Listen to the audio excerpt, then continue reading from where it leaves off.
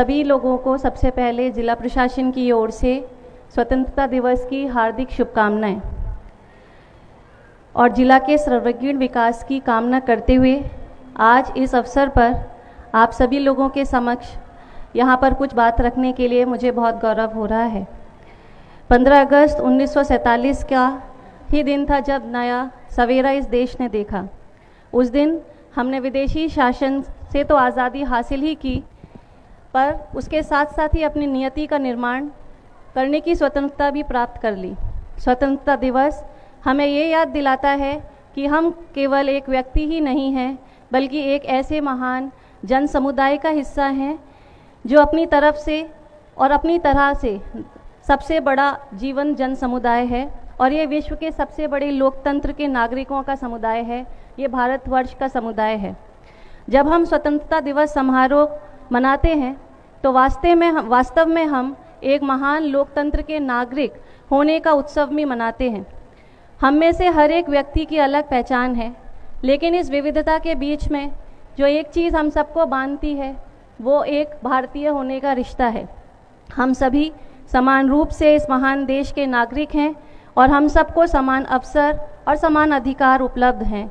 हमारे कर्तव्य भी समान हैं। अररिया की इस पावन धरती को इस शुभ अवसर पर पंडित रामदेनी तिवारी जी द्विजेनी जी की धरती है, जिन्हें आदर से स्वतंत्रता संग्राम का आदि गुरु और पितामह माना जाता है। इस क्रम में स्वतंत्रता सेनानी के रूप में सद्रे श्री कलानंद सिंह जी तथा श्री भृगुनाथ शर्मा जी के योगदान को भी भुलाया नहीं जा सकता है।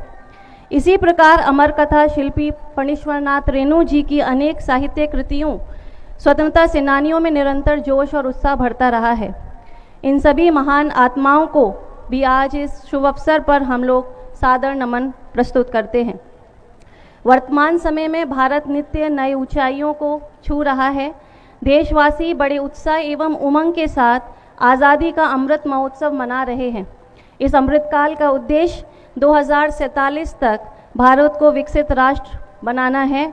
ऐसे में राज्य के रूप में बिहार और अररिया की अहम भूमिका है। आज भारत विश्व में स्टार्टअप हब बन रहा है और हम विश्व में तीसरे पायदान पर हैं। खेल का क्षेत्र हो या अध्याय का, हर क्षेत्र में नए कीर्तिमान स्थापित किए जा रहे हैं। आप सभी ने देखा होगा हालिया ओलंपिक में भी पेरिस में जो हुआ उसमें भी हम लोगों ने कई पदक जीते। इससे यही अभिप्राय है कि अध्याय के साथ साथ खेल पर भी अति महत्वपूर्ण भूमिका है, न सिर्फ करियर के दृष्टिकोण से लेकिन राष्ट्र की गौरव दिलाने के लिए भी। यहाँ पर उपस्थित युवा बच्चों से आग्रह है कि वो भी इसमें अपनी स्किल्स बढ़ाएं और आगे बढ़ेंगे। स्वतंत्रता दिवस के इस अवसर पर राज्य बिहार की बात करें तो हाल में ही शिक्षा के क्षेत्र में बिहार सरकार के द्वारा लाखों की संख्या में शिक्षकों की बहाली की गई है, ताकि शिक्षा व्यवस्था को सुदृढ़ करने का सफल प्रयास हो सके और शिक्षा में गुणवत्ता आ सके। इसी प्रकार स्वास्थ्य के क्षेत्र में आयुष्मान भारत योजना के तहत एक अभियान चलाकर करोड़ों आयुष्मान कार्ड लोगों को उपलब्ध कराए जा रहे हैं। शिक्षा विभाग के अंतर्गत जिले के सभी 1992 विद्यालयों में बेंच डेस्क, आधारभूत संरचना, शिक्षकों की उपस्थिति के साथ साथ बच्चों की उपस्थिति, पाठ्यक्रम में उपस्थित इंफ्रास्ट्रक्चर इत्यादि के ऊपर प्रबल जोर दिया जा रहा है। 142 बालक बालिकाओं का शौचालय निर्माण, ताकि लोग और इसके साथ साथ कंप्यूटर की शिक्षा देने हेतु ICT लैब इत्यादि का निर्माण किया जा रहा है। शिक्षा के साथ साथ बेहतर स्वास्थ्य सुविधाओं को उपलब्ध कराना भी नागरिकों को बुनियादी ज़रूरतों में से एक है, जिसे सुनिश्चित करने में एवं मरीजों को बेहतर सुविधाएं देने के लिए जिला अस्पताल में लगातार गुणात्मक सुधार किए जा रहे हैं। वर्तमान में अब तक जिले में लगभग 6 लाख से अधिक लाभार्थियों को आयुष्मान कार्ड निर्गत किया जा चुका है। शेष लाभार्थियों को आयुष्मान कार्ड बनाने का कार्य जारी है। भारत गाँव में बसता है और इसकी आत्मा इसमें निवास करती है। अररिया भी मुख्य रूप से ग्रामीण परिवेश का ही जिला है। इसके लिए कई ग्रामीण विकास विभाग, पंचायती राज विभाग के द्वारा अनेकों योजनाएं क्रियान्वयन किया जा रहा है। मुख्यमंत्री ग्रामीण सोलर स्ट्रीट लाइट योजना अंतर्गत जिले के सभी 211 ग्राम पंचायतों में लगभग 21,000 सोलर स्ट्रीट लाइट्स अधिष्ठापन कराया जाना है, जिसमें अब तक लगभग 7,500 का अधिष्ठापन किया जा चुका है और शेष का लक्ष्य अगले 2 से 3 महीने में पूर्ण करने का है। युवाओं, विशेषकर ग्रामीण युवाओं को शिक्षा प्राप्त करने में किसी भी प्रकार की कोई आर्थिक समस्या नहीं हो, इसके लिए आवश्यक है कि उनको सही समय पर दिशा मिल जाए और इसी के लिए जिला निबंधन एवं परामर्श केंद्र द्वारा बिहार स्टूडेंट क्रेडिट कार्ड योजना, मुख्यमंत्री निश्चय स्वयं सहायता भत्ता योजना, कुशल युवा कार्यक्रम के तहत उच्च शिक्षा हासिल करने के लिए ऋण की उपलब्धता, युवा युवतियों को स्वयं सहायता भत्ता एवं युवक युवतियों को कुशल युवा कार्यक्रम के तहत प्रशिक्षित किया जा रहा है। प्रशिक्षित युवाओं को रोजगार उपलब्ध कराने के दृष्टिकोण से उद्योग विभाग अंतर्गत मुख्यमंत्री उद्यमी योजना के तहत अब तक लगभग 1000 व्यक्तियों को उक्त योजना का लाभ दिया जा चुका है। प्रधानमंत्री विश्वकर्मा योजना के तहत 1102 युवाओं का आवेदन ऋण हेतु बैंक को अग्रसारित किया गया है। समाज के वंचित वर्गों को बुनियादी ज़रूरतों को पूरा करने के लिए सरकार दृढ़ संकल्पित है। इसी के क्रम में सामाजिक सुरक्षा पेंशन योजना अंतर्गत जिले के लगभग 3,16,000 पेंशनधारियों को प्रतिमाह पेंशन की राशि उनके खाते में हस्तांतरित की जा रही है।